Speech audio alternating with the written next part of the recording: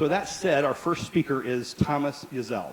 Like you, Thomas, the leadership expert, Thomas Yazell. Like you, Thomas has heard many descriptions of what leaders should be or do. His experience includes over 24 years in the U.S. Navy, the U.S. Army, and both enlisted and officer ranks.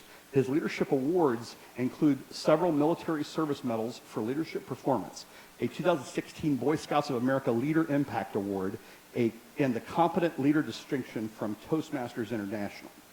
Today, he partners with growing organizations to locate, select, and retain top talent. Thomas has a Master's of Business Administration from Anderson University. He is passionate about helping his audience define leadership for themselves. Please help me welcome Thomas to the Spark stage.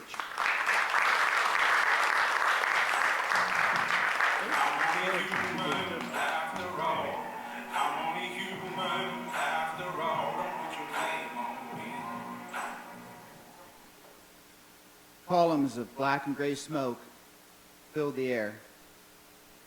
The volleys of cannon fire sent an echoes of thunderous crashing throughout the valley.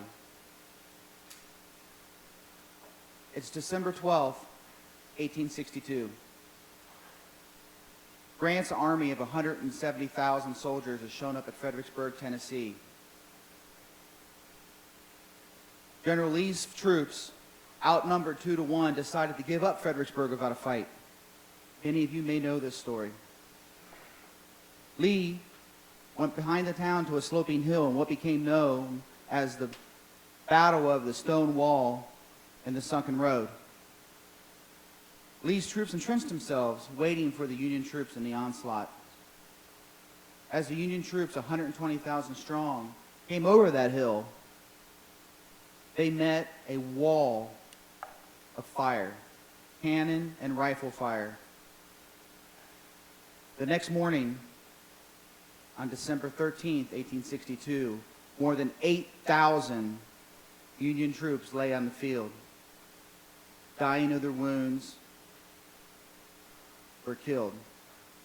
Now, during the night, the Union and the Confederate troops had to listen to the moans and the cries of the Union soldiers laying on the battlefield. Their cries and their moans haunted them through the night.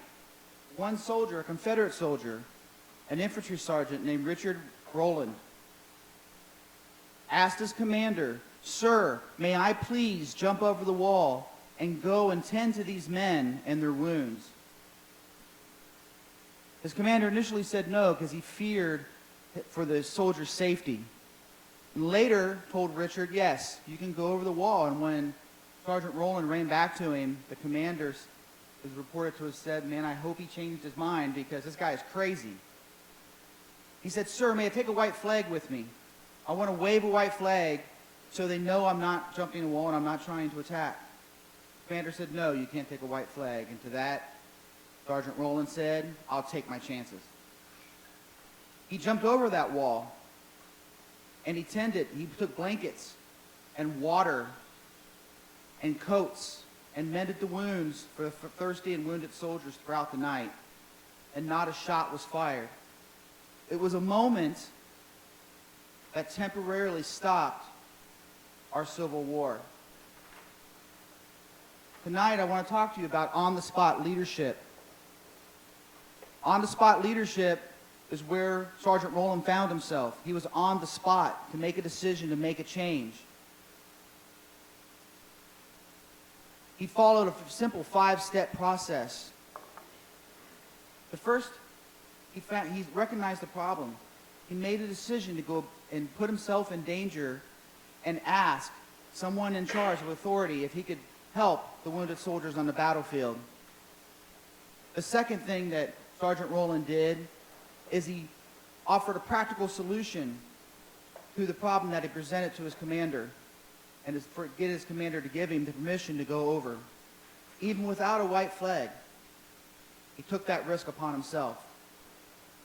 See, so many of us hide behind that wall and would listen and wait in our comfort zone until someone in authority makes a decision, but that's not always going to be the case. Sometimes you got to jump over that wall. You got to find a person, identify a problem, find the person in authority, and give them a practical solution to whatever the problem may be.